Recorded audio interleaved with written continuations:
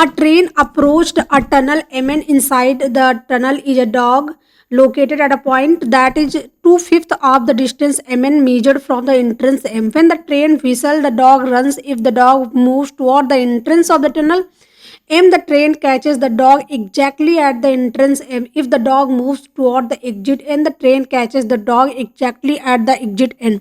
Find the ratio of speed of dog to that of the train. Okay, देखो ये है Mn जो कि एक टनल है और यहाँ पे एक डॉग है बैठा हुआ। ये अगर 2 है तो ये 3 हो जाएगी, एग्जैक्टली पूरी जो है 5 है।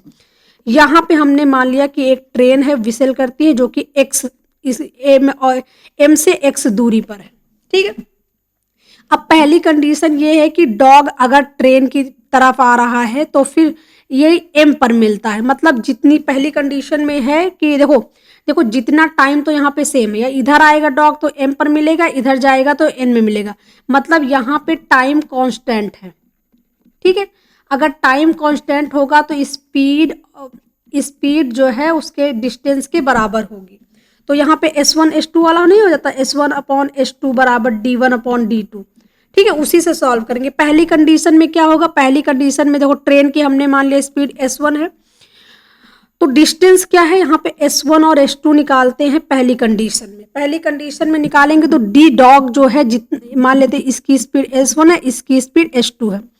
तो पहले में जो है डॉग M तक पहुंचने में कितनी दूरी तय करता है, 2 तय करता है, ठीक है।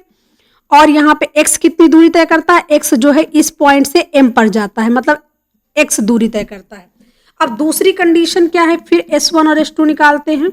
दूसरी कंडीशन में ये है कि अगर डॉग जो है इस तरफ उसकी विपरीत दिशा में n की तरफ भागता है तो ये जितना टाइम लेता है 3 पॉइंट चलने में उतने समय में ट्रेन जो है ये पूरी दूरी, क्योंकि यहाँ पे ट्रेन मिलेगी तो ट्रेन ने कितनी दूरी तय की है, x + 5, ठीक है, इतनी दूरी तय की है। अब इन दोनों को अगर हम बराबर कर देंगे, ठीक है, इन दोनों को बराबर कर देंगे 2/x = 3/x + 5, ये हो जाएगा 3x, ये हो जाएगा 2x, x की वैल्यू आ गई 10, ठीक है।